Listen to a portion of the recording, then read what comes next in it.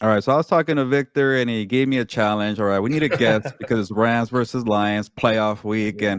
and he made it tough for me. He was like, we need somebody who played in the NFL for 8 years, also Mhm. does TV for ESPN college football, and then also connected to the Rams. And I'm like, you know what? I got the perfect guy for you, Kirk Morrison, that guy, our compa from House Yeah. of Horns. How you doing, Kirk Morrison? Fellas, what's up, man? Great to be with you. How we been, man? It's going well. You're a two-time guest on here in House of Horns, so I really appreciate that from you. I know. Appreciate that, man. I guess I did okay the first time, right? Yeah, yeah. Victor was making it pretty clear that to have you back on, and a quick story. I don't know if you mind this from the press box, Kirk, but Sure. last saw each other at the Saints Rams game Thursday Night Yeah. Football, and the Rams are blowing them out, and I'm like walking back and forth.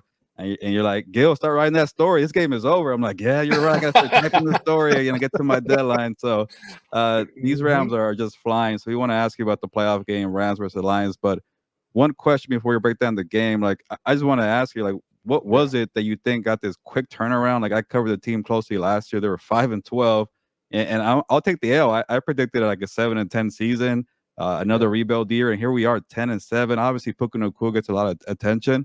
But to you, what do you Correct. first think about this quick? They were 3-6 not too long ago, Kirk. So what is it to you that you want to pinpoint?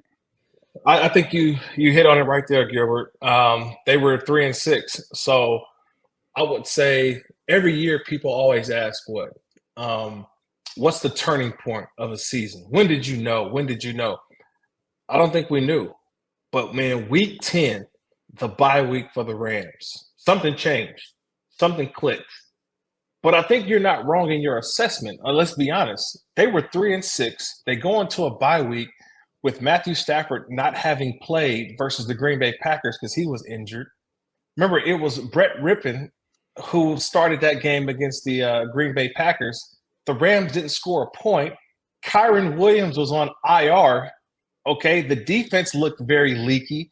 There was no way this team was going to turn it around. And yet they figured some things out. And I think a lot of it was Sean McVay looking at himself saying, I need to run this thing differently. And running this meaning his offense start to gear up toward more of a running the football type of offense. It kind of looks like what we saw in the college football national championship with Michigan.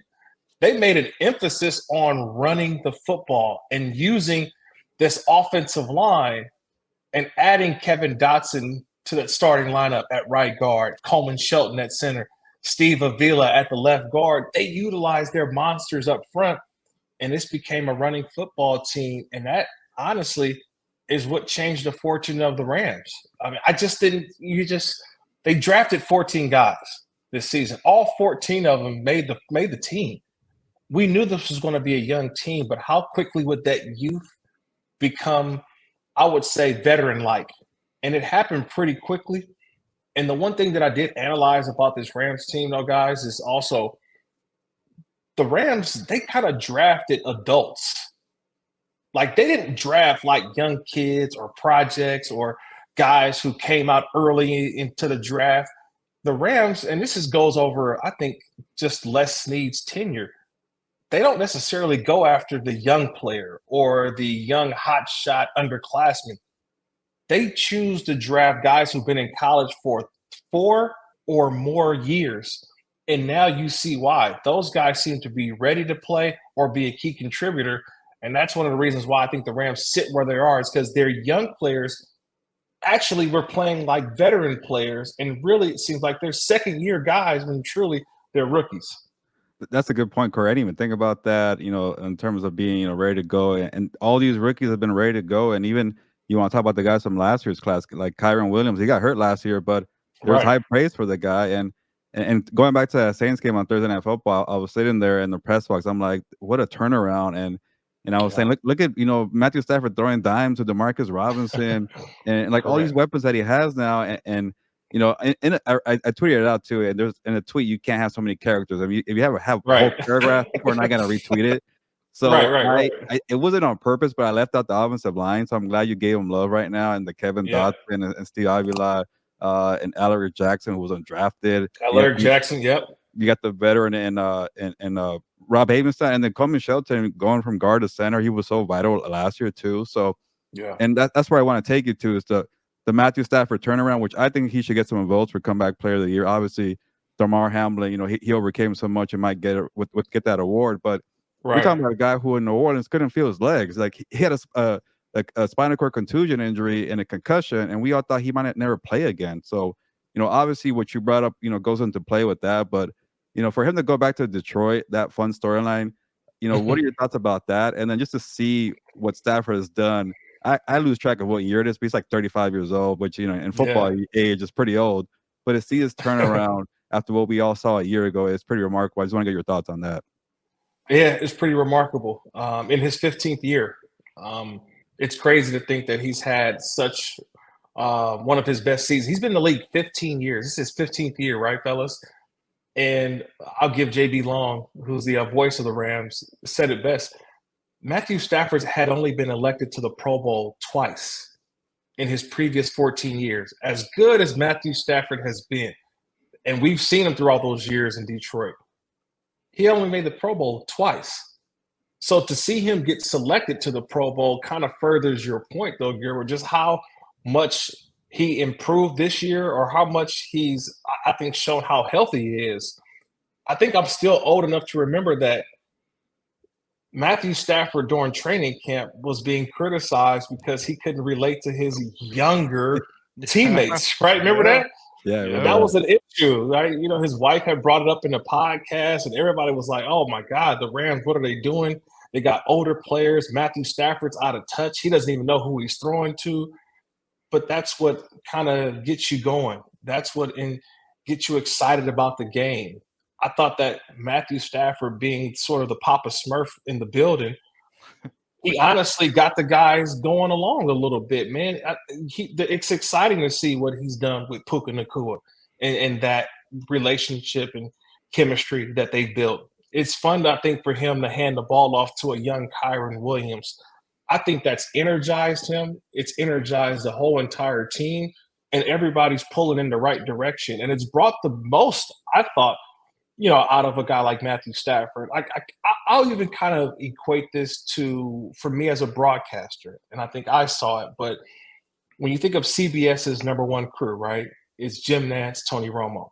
And I'm not saying that Phil Simms wasn't a good broadcaster, but Simms and Nantz also were guys who are much older. But you brought in a younger guy in Tony Romo who was fresh off the football field.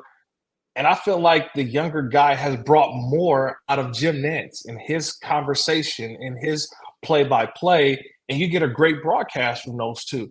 So I kind of see the same thing with Matthew Stafford. These young guys have pulled more out of Matthew Stafford because he's had to do not necessarily more on his shoulders, but I think that he's had to reteach. And when you reteach, you also rethink. And that's helped him out, I think, tremendously this season. Yeah, and to your point, Kirk, I mean, that's also, I mean, he's helped Calvin Johnson break the record for most yards. He's had a Yeah. triple crown winner in Cooper Cup, and now he's got, a rookie sensation breaking rookie records as well with Puka Nacua. So, I mean, to your point, he's been able to elevate a lot of the players, and unfortunately, he hasn't been, rewarded with Pro Bowls because he was with Right. the Lions. But going to the Lions now, we know that there's familiarity with Jared Goff and Sean McVay. Do you think that Sean McVay is going to spend a little bit more time on the defensive meetings because he knows him? And also, how much do you think we'll see some zero coverage blitzes from Raheem Morris in this game? Because we know that if you don't pressure Jared Goff, he's going to kill you on the defensive end. Vic, I mean, I think that's a better game plan than anybody else can know about, right? I mean, that's what the install is.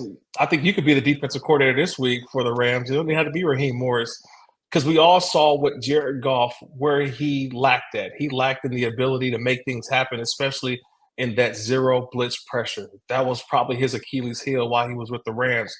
Just could never really find a rhythm and a momentum, even in the big games. I remember the Patriots sending that zero pressure to him in the Super Bowl and Jared Goff just not having an answer for it.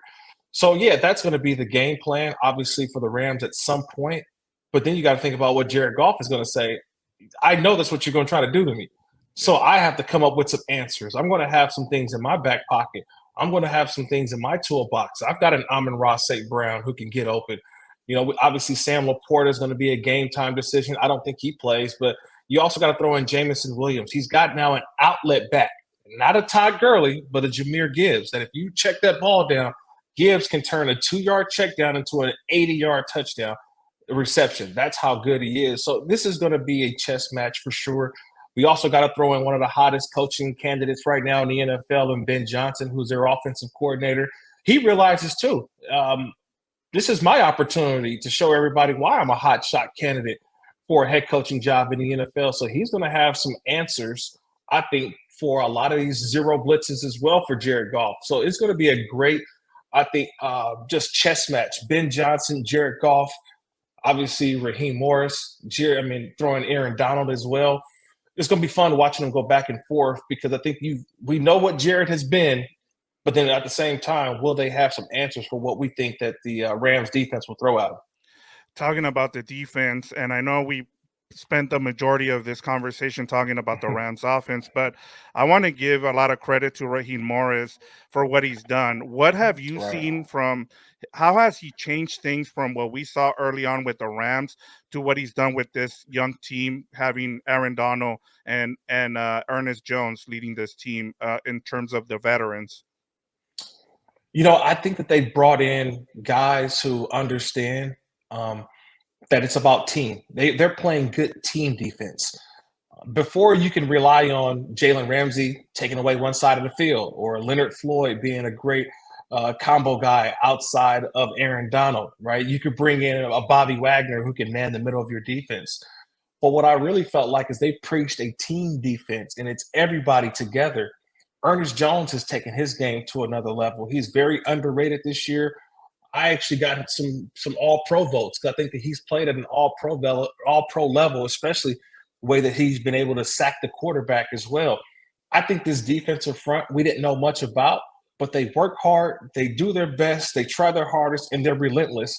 And their relentlessness that they show on the field is why they make it uncomfortable for quarterbacks.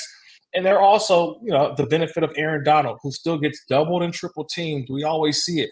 I think that's what Raheem Morris preached, preaching that we have to do it all as a team. It's not going to be one guy. But we also have some leaders and some guys who've been in this league who have chips on their shoulders. I've always been a big Ahkello Witherspoon fan way back when he started with the Niners. I think we all remember John Johnson with his days with the Rams where he played himself to an outstanding contract with the Cleveland Browns, but he found his way back. And you got some young players in that secondary, Russ Shees, Darian Kendrick, we know that. And a guy who's been a steady Eddie. You don't hear his name much, but Jordan Fuller has just been steady. He's been a calming force. So I say all that to say that this defense is really been about getting back to the basics.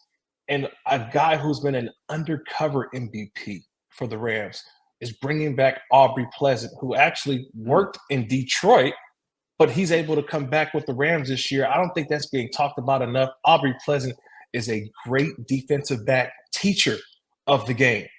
And I think that's also what's helped out that Rams, especially in that back end. My last question here for you, Kirk, it has to do with a guy you brought up in Ernest Jones. You being a linebacker, you can appreciate his play this season. Last season, he was a backup. He was a backup to Bobby Wagner, and we've talked on this show about the value that Bobby Wagner had in 1 year. What have you seen in terms of Ernest Jones? What has made him be the player that he's been this season? Well, I think he learned a lot, obviously, from Bobby Wagner, especially the way that Bobby trains, the way that Bobby sees the game. And I think for Ernest Jones, the game really slowed down for him this year. And what I also saw from Raheem Morris is that they added him to the blitz. They added him to the pressures. They added him to being that extra rusher because they weren't going to just get there with four. They had to bring an extra guy. And it just so happens their middle linebacker has shown an inactability to go out there and take care of business and get to the quarterback. He's third on the team in sacks. He was up there leading for a second, and then, obviously Kobie Turner and Aaron Donald take over. But I just think that his ability to add on to the rush is really what's really helped out this Rams defensive front, because we already know he's sideline to sideline, but now you also see him in those opportunities to get in coverage. He's covering running backs out of the backfield, and he's in those throwing lanes when they actually play coverage. So he's shown that his all-around ability to play the linebacker position. That's why I think he deserves a lot of all-pro votes and play up there to that same what we see from Fred Warner, also the guys over in Baltimore, Patrick Queen and Roquan Smith. I'm with you, Kirk, on Ernest Jones getting some All Pro votes. I think he got snubbed too for the Pro Bowl, but that's a different beast with the always fan tough. voting and things like that. But hey, like to see what he did, after he had to wait his turn with Bobby Wagner, he was so vital in that Super Bowl. He was a blitz guy there in that one. He changed the momentum there to have to wait and just kind of take a step back and say, you know what, this guy's an all-time great. I might as well learn from the guy and take advantage. So I'll give you one more Rams question, then I'll get a little random after that, if you don't mind, Kirk. Yeah. But with Kobie Turner, I know people are probably saying, well, he's been benefiting from Aaron Donald, but to get all those sacks at the end and make a push to maybe get defensive rookie player of the year, you got Jalen Carter, you got Will Anderson Jr., Devon Witherspoon as well. What is you think that he's able to do? Obviously, he could benefit from having AD in the middle. That's definitely goes a long way, but he's done his part for sure. And do you think he could maybe make a push for that? I know maybe it's a popularity contest, but in your eyes, you think he's deserving to be at least a contender for a defensive rookie of the year? Well, I think what it didn't help him that the Rams were 3-6. We mentioned to start the season, but the second half of the season, he has been the most outstanding rookie defensive player. A lot of it was because I really felt like, and he's one of those older guys that I mentioned, spent 5 years in college, has learned a lot being there and playing, at a high level. And he's gotten to the Rams, and you can just see him get better and better as the season has gone along. I think he realizes how teams want to block him. He realizes where the weak spots are, and he's been able to just show how relentless. I mean, that's what it is. It's being aggressive, being relentless, and he's been able to do that, knowing that, hey, Aaron Donald's going to get a bulk of the attention, but can you win your one-on-one? And he's been doing that consistently. Not just, look, we're going to look at the sack numbers, but he's also been a menace when it comes to the run game as well. He's been stout in doing that, and the Rams have really shown how well-rounded their defense is because of a guy like Kobie Turner. I think now people are realizing it, and I'll throw this caveat. This is just me being biased. The Rams only had 2 national television games. It was an early one against Cincinnati on Monday night. This is not the same Rams team that we saw on that Monday night in Cincinnati. This Rams team is the other primetime game that we had, and that was against the New Orleans Saints. And I realized the national media finally got a chance to see what we've been seeing over the last, 8-9 weeks of the season, that, this is the new Rams. This is the Matthew Stafford. This is the Aaron Donald. Oh, that's the Kyron Williams that everybody's been seeing in fantasy. Oh, that's the Puka Nacua. Oh, this is the Turner kid that's been getting sacks every single week, right? Wait, this is the Demarcus Robinson that's been catching a touchdown every week. So that's why I think that it's all come together. And answering the question about Kobie Turner, it's the same thing, is that everybody finally got a chance to see it on that Thursday night, and it's only been ongoing because the Rams have been playing some meaningful games. When you do it in New York, regardless of the Jets or the Giants, whoever's playing, a lot of eyeballs, especially over there in Park Avenue where the league office is. And I think that's where the credit has started to come for these guys. Vic, I think Kirk's talking about me because he saw me leave my couch and go to a Thursday night football game, Saints and Rams. Because they definitely got my attention because we were here, talking on House of Horns. Like, what are they doing in Green Bay? They got Brett Rippon out there, like you mentioned, couldn't even get a touchdown, and it was just so bad. But yeah, you're right. Those primetime games do matter for to get popular and get some votes there too. Absolutely. And I like what you said about Kobie Turner not just being a guy who gets sacked, like being an interior guy. You better rush the passer, stop the run. That's why you see guys like Chris Jones and Derek Brown and Dexter Lawrence. Like the interior guys are really stepping up in today's football. But Kirk, one more question here, and it's about the coaching carousel. And you're a good person to ask because you cover college football pretty well, and you play for the Raiders as well. So I'll give you kind of a 2-parter question. We'll let you go here after that. But all signs point to Jim Harbaugh after he won that national title yesterday, going to the Chargers, and then AP doing a great job, Antonio Pierce as an interim head coach for the Raiders. I think he deserves that job, and hopefully Patrick Graham sticks around too because they have something special brewing there. Do you see both of those guys, getting those jobs, and you think those are the right moves for each franchise? I think I'll speak for the Raiders first. Antonio Pierce, I thought that he changed the culture of that franchise, and he did it mid-season.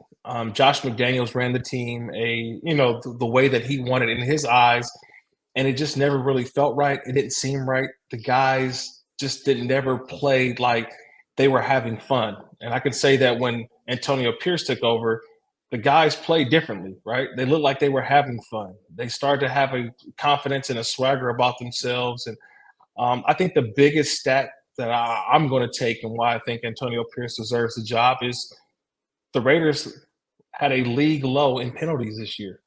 Penalties. The Raiders, I want to say that again. The Raiders led the NFL with the least amount of penalties.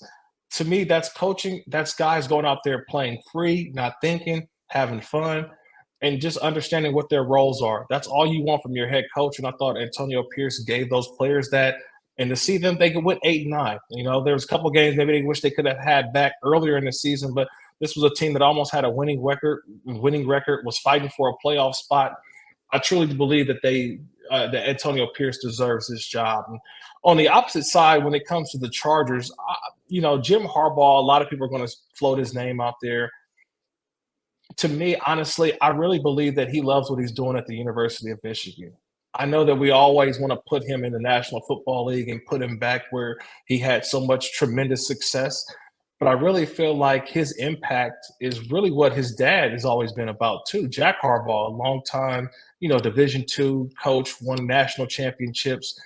I think he likes molding young men, and to see him smiling and putting, those Cartier lenses on, those glasses, I think that he enjoys that process. He enjoys the recruiting. He enjoys what the University of Michigan. I think he loves the young players so much, and to watch them grow and to set them up for the National Football League.